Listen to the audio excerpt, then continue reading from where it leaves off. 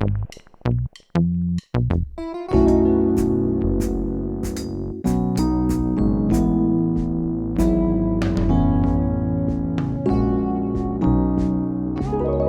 there. Thanks for joining me on Rethink Real Estate. I'm on a mission to make real estate work for everyone. Real estate can help to solve climate change, can house people affordably, can create beautiful streetscapes, unify neighborhoods, and enliven cities. So I'm on a journey to find the most creative thinkers and doers out there. I'm not the only one who wants to rethink real estate. You can learn more about me at evepicker.com, or you can find me at smallchange.co, a real estate crowdfunding platform with impact real estate investment opportunities open for investment right now. And if you want to support this podcast, join me at patreon.com/rethink real estate, where there are special opportunities for my friends and followers.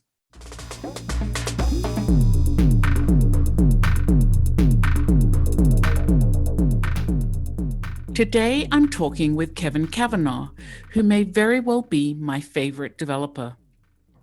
Kevin has carved out a special place for himself in the Portland real estate world. His buildings are memorable escapes from the mocha-colored, vinyl-covered buildings he so disdains. Forgotten buildings in forgotten neighborhoods, buildings that you and I would not look twice at, are transformed into little creative hubs and bright spots in streetscapes in Kevin's hands. And now he's bringing heart into his practice as well, setting himself the challenge of incorporating homeless housing or anti-gentrification into his projects, all with no subsidy and all providing a return to his investors. I'm going to learn a lot from Kevin, and so might you. So listen in. If you'd like to join me in my quest to rethink real estate, there are two simple things you can do.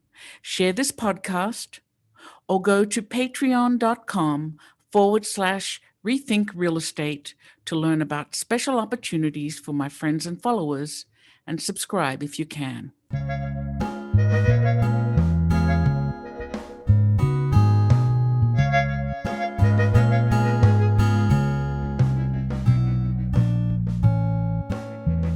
Hello, Kevin. I'm just really thrilled to have you on my show. Howdy, Eve. Thanks for having me. You are one badass developer. I'm really not sure where to start with this interview.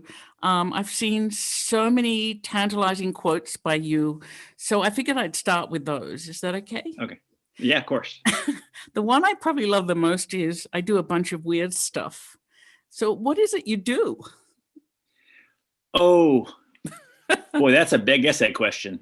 So I guess for your audience, I'm educated as an architect, and I became a developer only because I knew nobody would hire me to do that weird stuff. Well, and when I was working for an architecture firm, I was doing really boring stuff. And I realized early on that I was being hired at phase 1 as the architect. And the interesting thing is phase 0. Like, I wasn't deciding what it was supposed to be, what the program is. Here's a piece of land. Who gets to decide whether it's going to be an apartment building or retail or mixed use? I wanted to decide that. That's why I became a developer. Once I realized that the developers weren't necessarily smarter than me. They just controlled the money. And once I realized that it wasn't their money, they just grabbed the important seat at the table. I asked around, I took some other developers to coffee. I'm like, hey, is there any reason I can't grab that seat myself? And they all said, no, go for it. So that allows me to build my weird stuff. So I design and then develop and own and manage projects that I always wished somebody would hire me to do, if that makes sense. Yeah, it does. So there's another quote, which probably comes right off that. I'm tired of mocha-colored vinyl window boring. Yeah.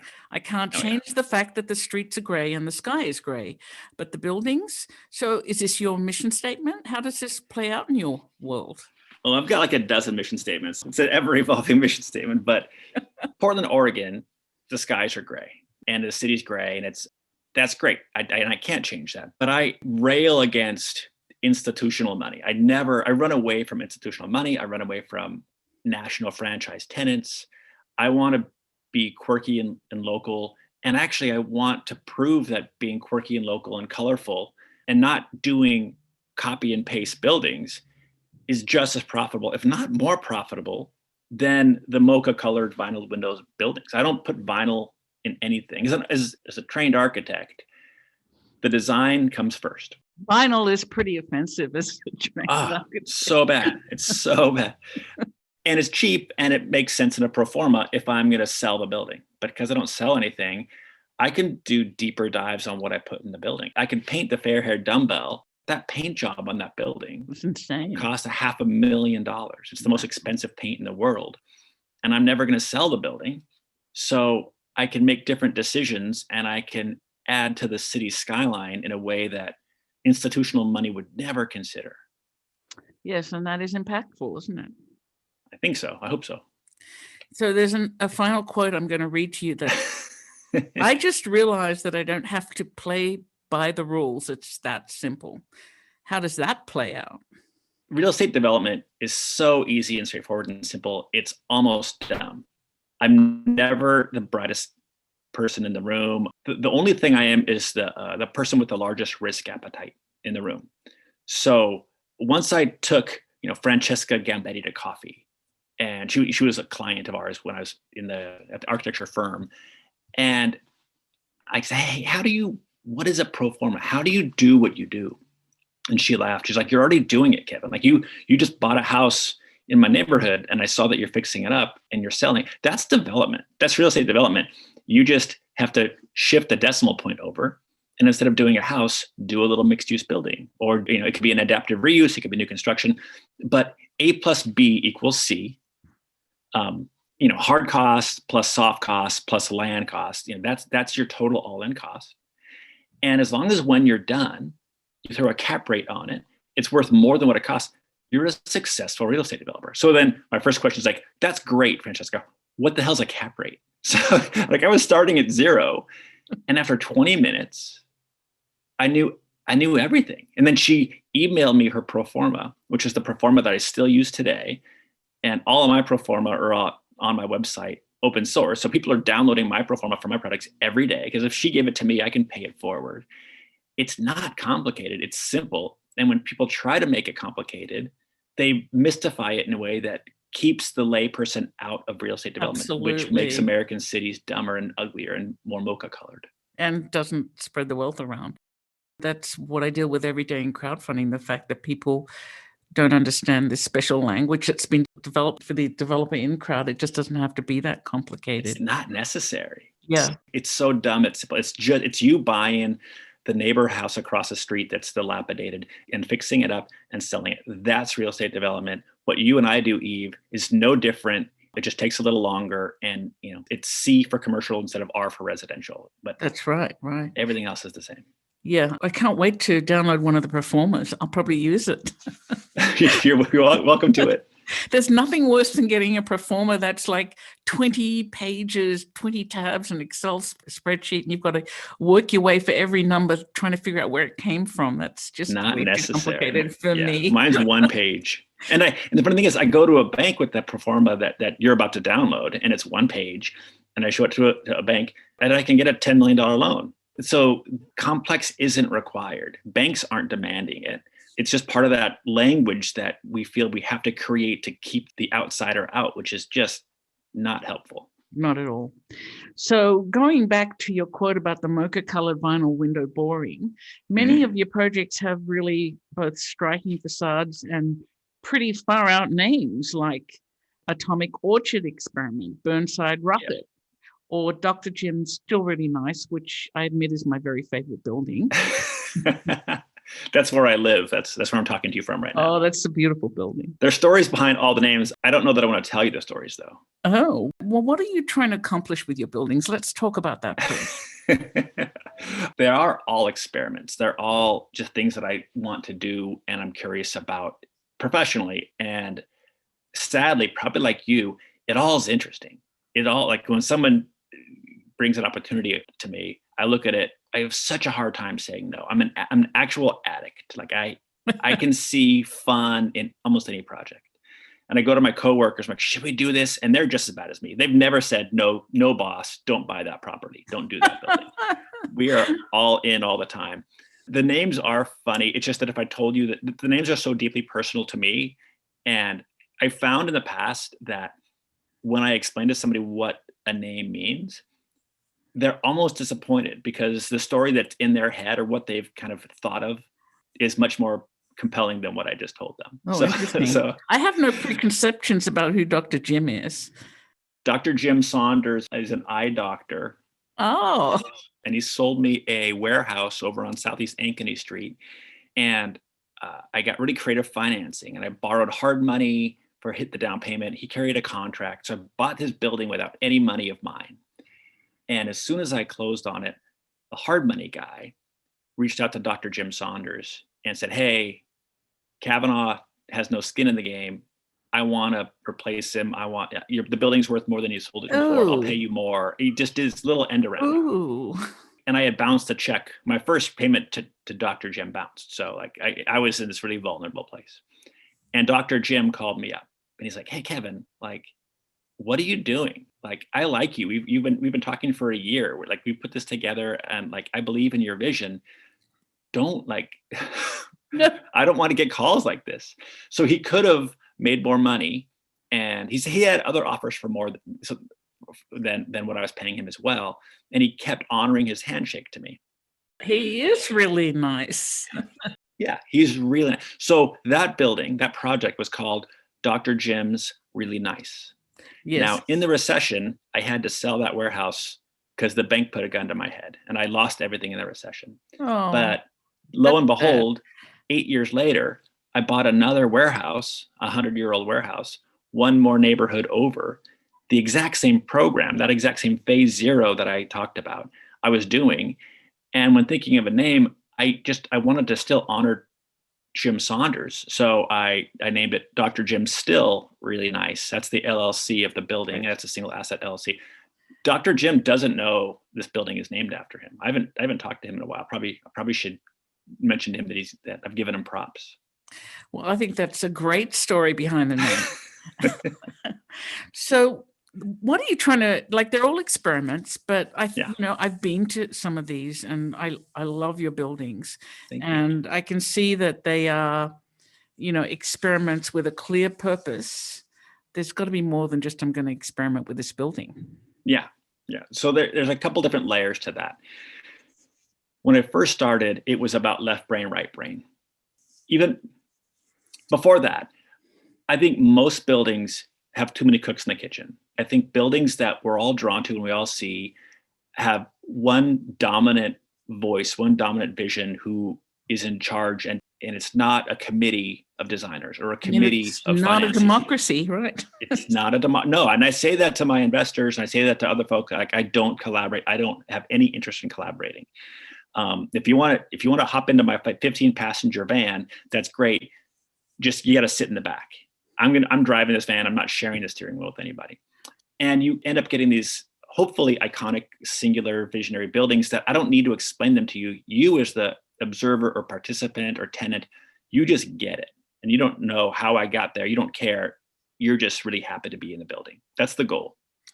Right. When I started, the first layer was left brain, right brain. So a product always starts with a design. And then I instantly toggle over and do a pro forma. And if the numbers don't work, then I crumple up the paper and start with a new design. So it has to be designed first and then the numbers, but the numbers can't be ignored because there's a lot of architects who become developers and just done one project and it's an ode to their ego. And then they can't do it again because all of their money is sunk in the building. It's not really a successful financial deal. And the bank says next time, like, no, I'm not that interested in giving you $1 million because that wasn't very pretty the first time up. So the numbers have to work, but the vast majority of our peers, Eve, it's only the numbers. So I view those mocha-colored vinyl windowed buildings, I call them either greedy buildings or I call them pro formas with windows. And I look at them, I think, I know exactly what the numbers look like in that because it's just a pro forma. The developer is only tasking the architect to do the bare minimum to reach this ROI, to reach this return, to reach Right. this number. And the funny thing is, none of my buildings are maxed out. So if a developer says, hey, I know I can put 100 apartments on this site, so they hire the architect, and the architect has no option of designing 90 units, when a 90 unit building might be significantly better to the city skyline, to the streetscape. There are no Right. dog units if there's 90 units, but if there's 100, there's going to be some dog units, but the developer doesn't care. He or she just wants the 100 units. So toggling back and forth between my left and right brain is all about making sure the design is always front and center, and it just has to make enough money. And then I pull the trigger, then I go for it. The tricky thing is that the last layer to that equation of what makes a building compelling or not is about social repair. So now it's more about head and heart. Instead of just staying left brain, right brain, all in my head, now I look around the city and I see homelessness, or I'm doing a project that supports social workers. I'm doing a project that supports 18-year-olds aging out of foster care, which have a higher proclivity to become homeless. I tried to do a reverse gentrification project, which isn't actually a thing, but in the office we call it gentrification. So how do I develop in a neighborhood that's turning without displacing anyone who's already there? So these are the more social repair elements that I'm trying to lean into, which is super fun but hard.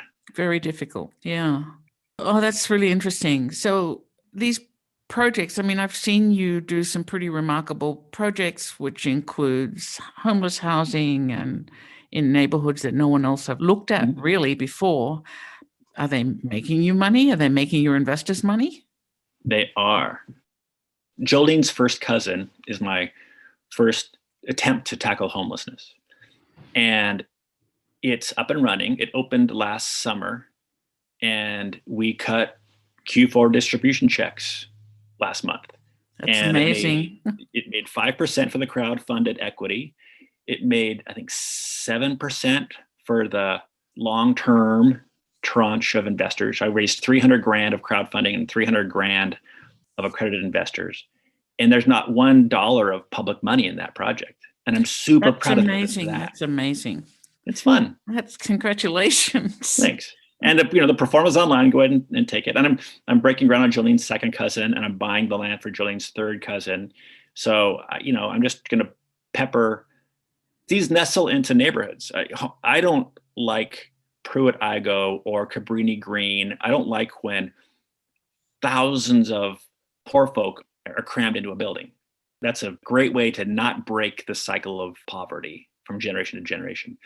So each Jolene's cousin only has roughly a 12-bed SRO plugged into it, like a 12-bedroom apartment, like a flop house. And the tenants pay rent. It's just that it's super, super, super cheap rent. And there's usually a subsidy for that rent. I'm not involved in that. I just provide the shelter. What's the rest of the building? How do you make that performer work?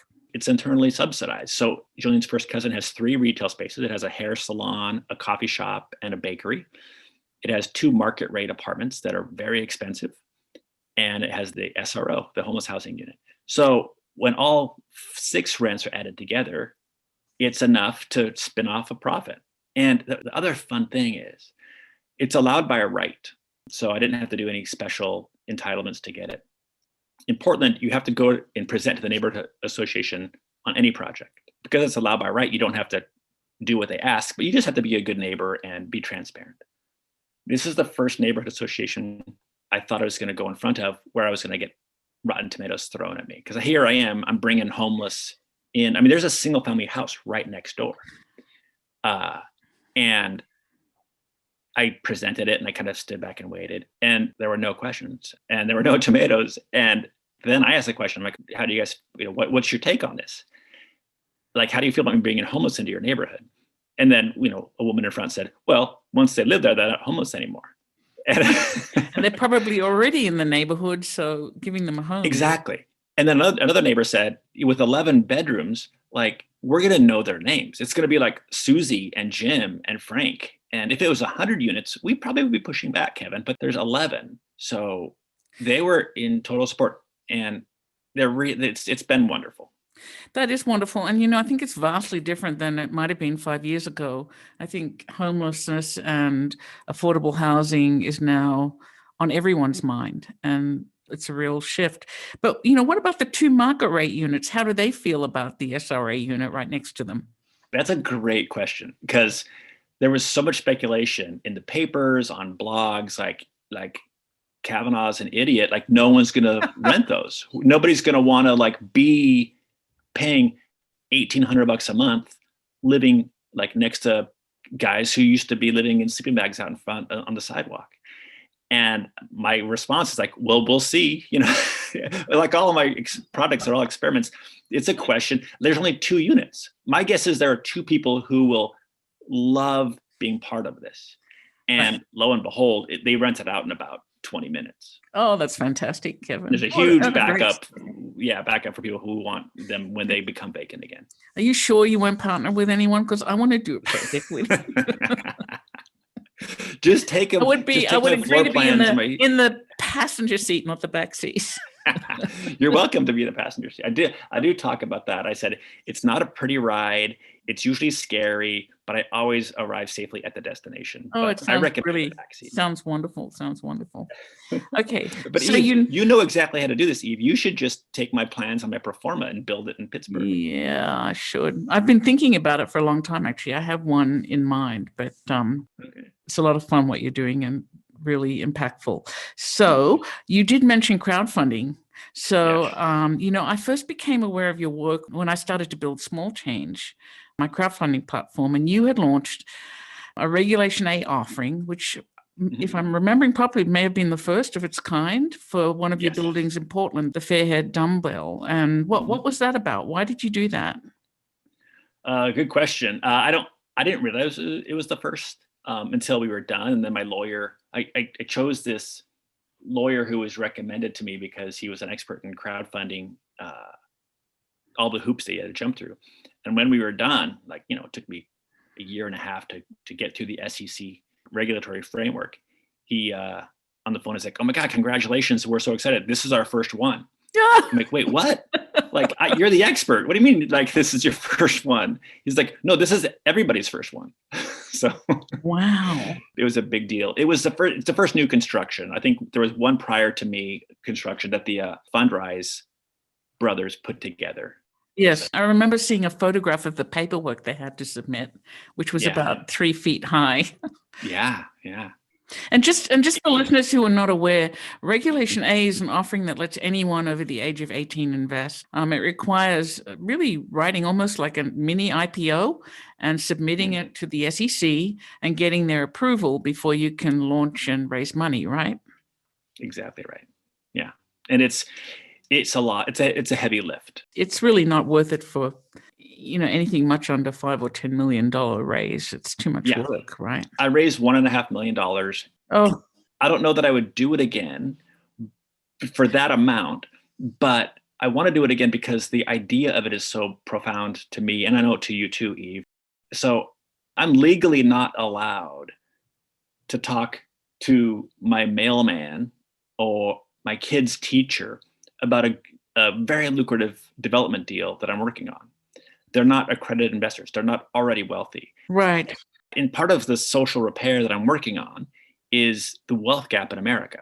It's broken, it's distorted, it's not sustainable in the long term. It's not sustainable today.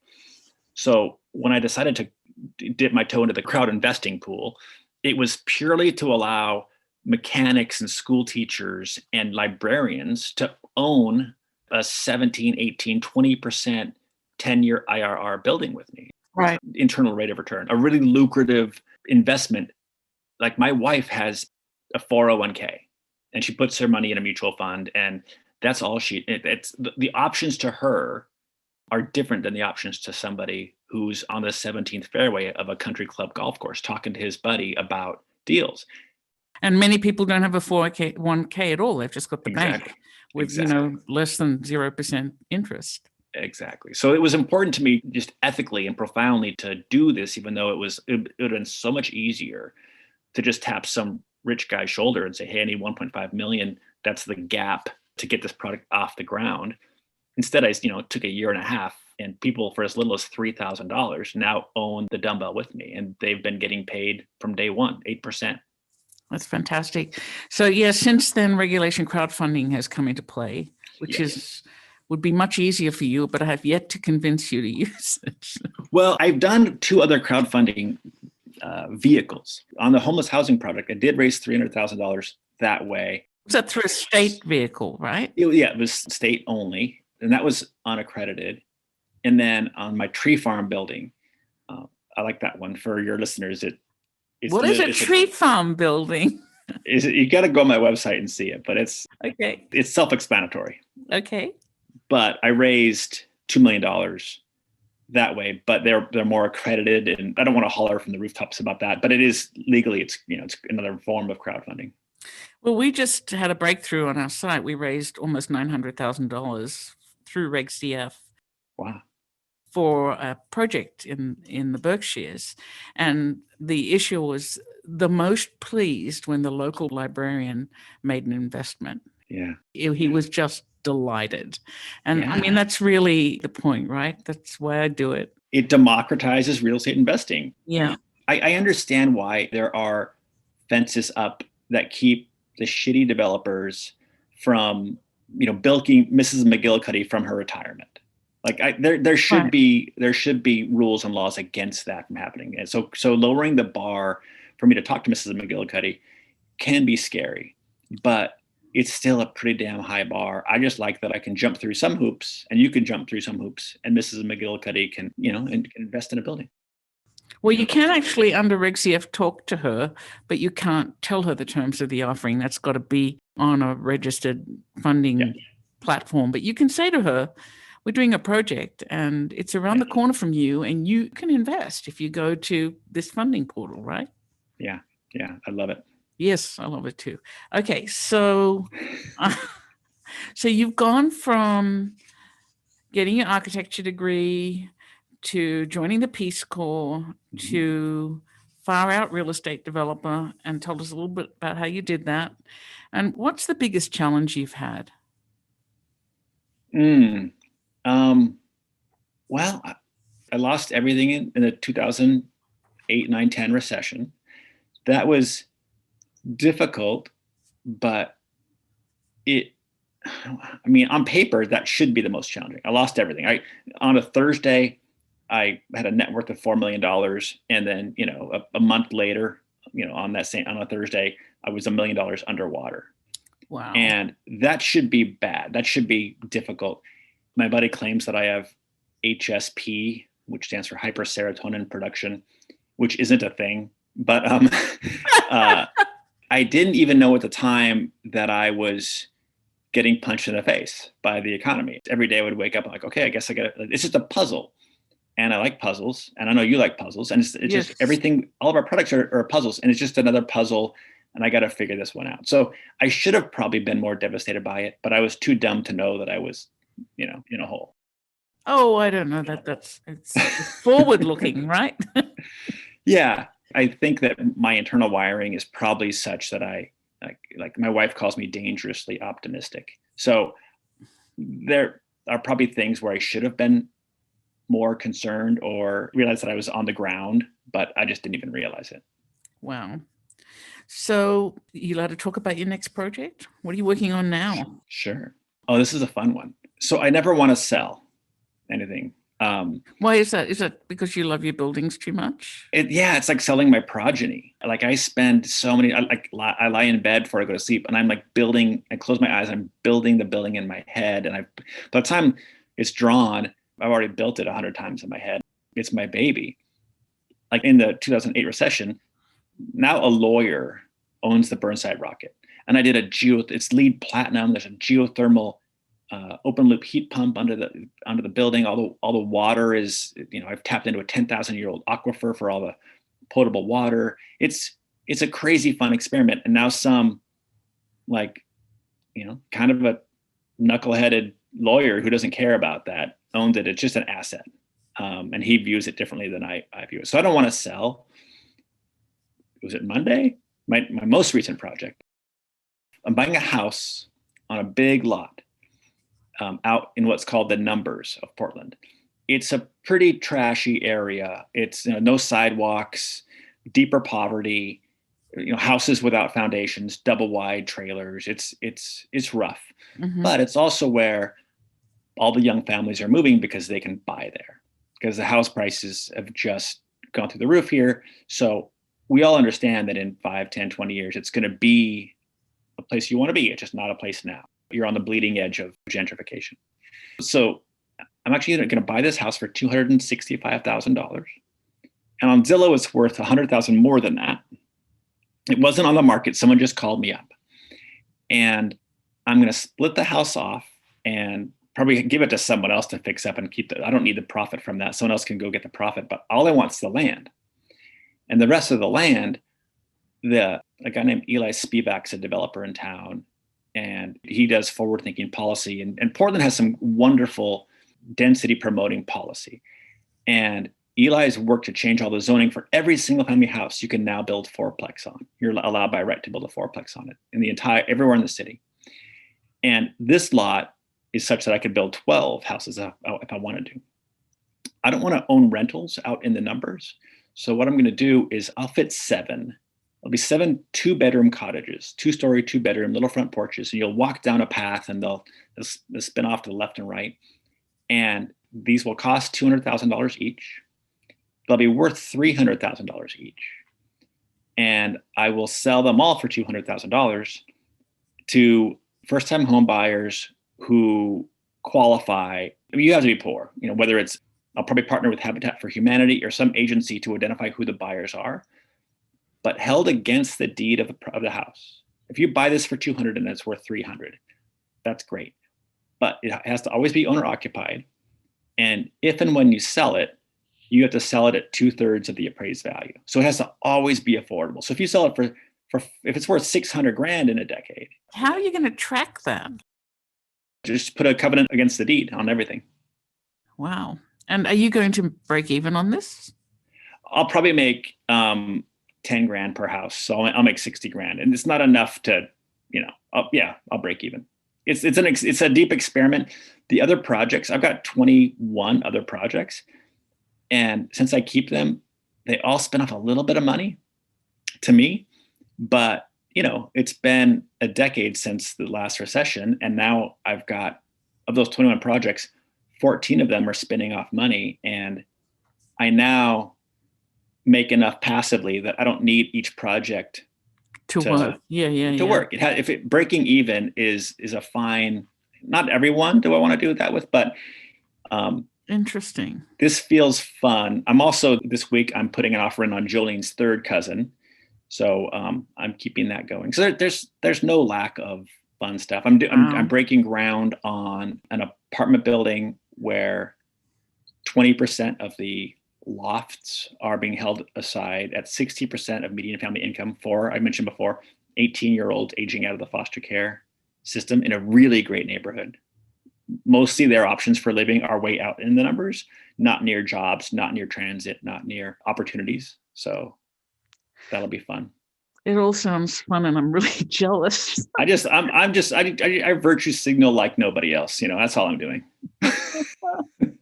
So I'm going to ask you one wrap-up question, and that's, what's your big, hairy, audacious goal? Oh, that's a great question. Because I just spent the month of January vacationing, and usually the big, hairy, audacious goals happen when you're not in your 9 to 5. You have to step outside of your life to have them kind of allow your brain to accept them. So my youngest of 3 is a junior in high school, and in a year and a half, I'll be an empty nester. And I have been courted by lots of other cities, Cincinnati, Honolulu, Denver. And I've always said no, because I can't do what I do unless I am embedded in that city. I do a lot of micro restaurants. I find that food is a great inroad into a neighborhood. It's a great, micro restaurants are like a variation of the food cart. I understand the business model. I need to live in Pittsburgh to know who the sous chefs are looking for a space that can afford 25 or 30 grand if they call their uncle and their neighbor and they can cobble together some money and open up a restaurant. I'll never know that person without living in Pittsburgh. Mm-hmm. So in a year and a half, I know that I'm going to start taking the show on the road. And to kind of continue the virtue signaling theme, I am a 53-year-old white man. And you know this, Eve, good God, the vast majority of developers look like me, maybe 10 years older, maybe 50 pounds fatter. And it's a caricature, but it's true. And there's no license you need to be a developer. There's no special credentials, or you just need to have knowledge, and you need to be invited into the room. You need to have access to the 17th fairway of the country club. And that's a broken system. So as I go into cities like Honolulu or Tucson, I'm thinking of Detroit as well. And I create branches of Guerrilla, and I go and I drop myself in for 3 months at a time. I want everyone that I hire to eventually run the show to be Native Hawaiian or Latino or African American. And when I leave, I want to drop the keys off to the company, to the next generation of developer that looks nothing like me, because that doesn't happen to them. When I lost it all, it took me about a minute with my 505 credit score to get a loan for $1 million for my next project. Mm-hmm. That's not okay. There are people who are much more deserving of, and I didn't question it at the time. I was just so happy that I can merge back into traffic and start developing again. Now we all realize that there were people at that same bank getting rejections that were much more deserving of that money. They just didn't look like, I look like I'm good at tennis and golf. I look like I have the gift of gab. That helped me get that $1 million and my face more than anything else. I had a 505 credit score. That's offensive. That's really, really bad.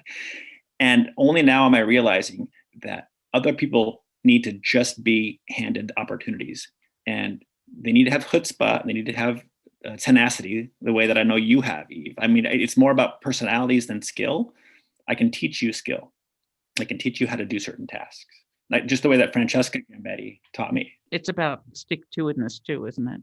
Oh my God, yes. I think that's if you don't have a risk appetite, and when I'm interviewing the next generation in Detroit, I want to know all about you as a person. I don't care about whether you know Excel. I don't care about where you went to school. I need to know what happens when you get punched in the face. Yeah. And I can't wait 10 years from now to walk away from these branch companies and hand the keys off to the next generation and change the face of what development looks like. That's an amazing goal. And I really appreciate you taking the time to talk with me. I'm totally in love with what you do, Kevin. Thank you so much. Thank you. It's fun.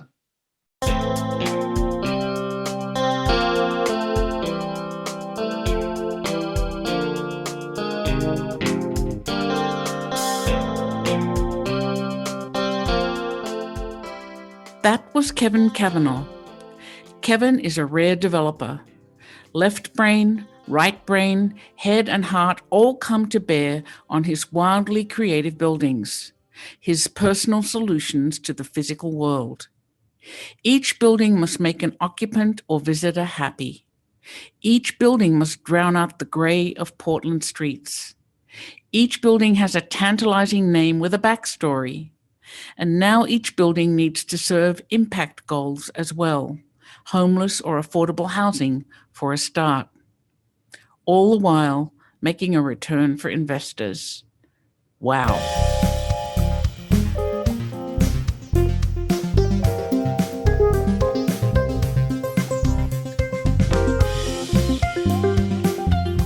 You can find out more about this episode on the show notes page at evepicker.com, or you can find other episodes you might have missed.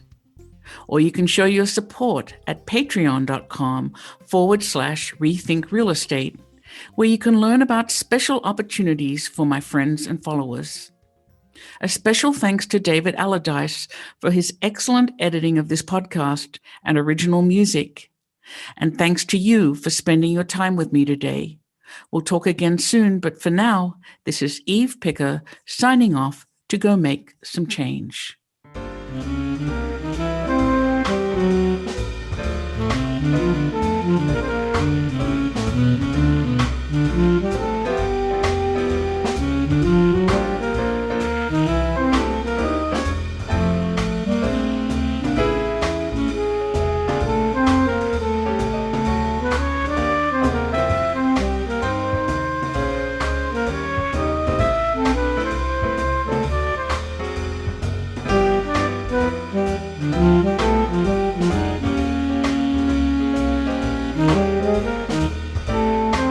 you.